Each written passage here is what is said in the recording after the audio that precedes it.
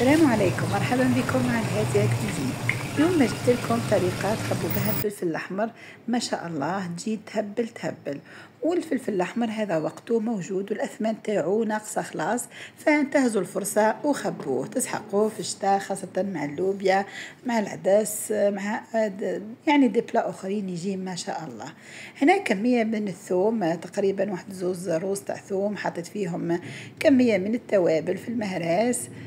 توابلنا هنا حطيت فلفل الاخر فلفل احمر، حطيت كركم، وحطيت شويه تاع تابل، وحطيت هنا شويه تاع ملح، ونهرس كلش مع بعضاه، وزدت معاهم صبه باهيه تاع زيت الزيتون، ونهرسهم في المهراس مليح. وبعد الخلطه هذه نحطها على جنب ونروح للفلفل تاعي.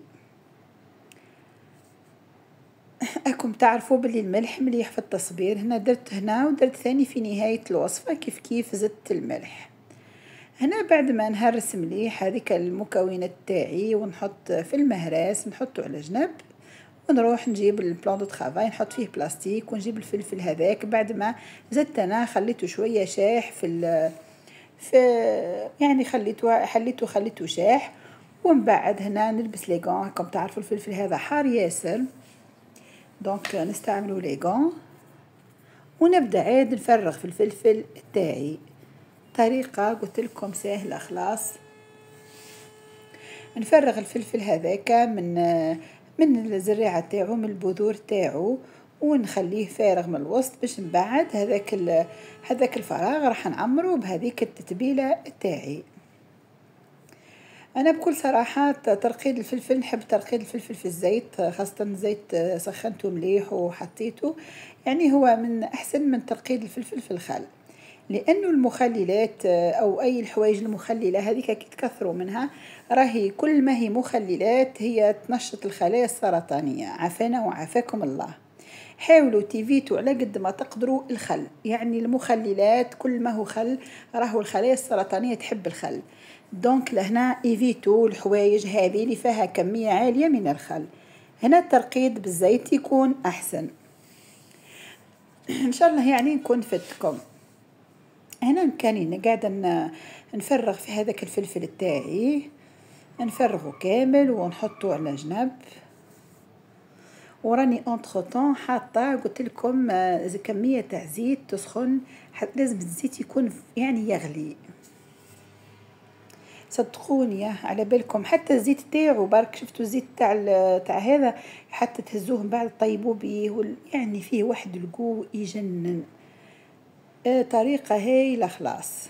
هنا شوفوا راني دركا قاعده نعمر في الفلفل بهذيك التتبيله، هاك الثوم والفاحات ولا لي زيبيس هذوكم، راني قاعده نعمر في هاك الفلفل تاعي كامل.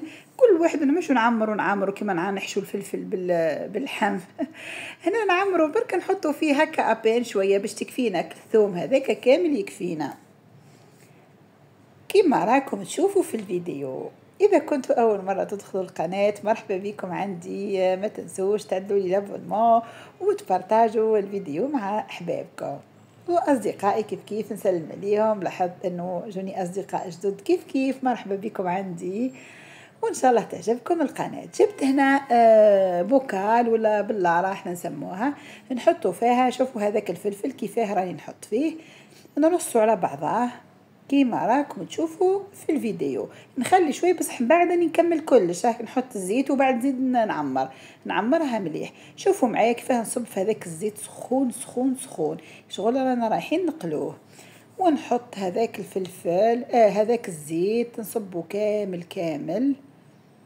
شوفوا كيفاه راهو يشكشك. هنا لازم البوكال تاعكم لازم يكون ماهوش القزاز تاعو وكل الرهيف، لازم يكون خشين كيما تاعي باش ما يطرشكش، ولا أعدلوها في حاجة تاع حديد حتى يبرد داك الزيت، وفرغوه عادي في حوايج يقفلوا، يعني مش محتم ديريكتومون في بلار، حطوا في برمة، حطوا عليه الزيت فيه، المهم أي حاجة.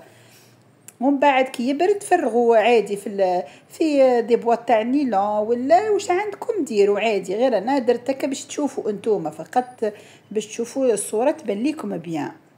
نزيد نكمل هذاك الفلفل اللي مازال لي اللي قعد لي هذاك، نزيد نحطه بك المغرف تاع العود هذاك، نحاول نرص القرينات تاع الفلفل تاعي على بعضهم، وبعد باش كلش يجي ما يدخلش لنا خلاص الهواء. وش بقالي من لي زيبيس والثوم بقولي فك لابواط هذيك تاع النيلون هذاك بقولي زدتهم من الفوق، وزدت صبه باهيه تاع ملح، وهنا ونخليهم ونقفل عليهم ونخليهم صدقوني على بالكم الفلفل يولي طري، تحطوه في مثلا طيبوا لوبيا في الشتاء، طيبوا واش تحبوا الحوايج هذو، ما يحبوا ولا التحرحير مام الزيت بركة، يعني الزيت بركة فيه واحد القوي يجنن. بعد مدة ديروه وقولوا لي، وان شاء الله وصفتي تاع اليوم راهي عجبتكم، ونقول لكم الفيديو الجاي ان شاء الله، وتهلوا في رواحكم، الى اللقاء.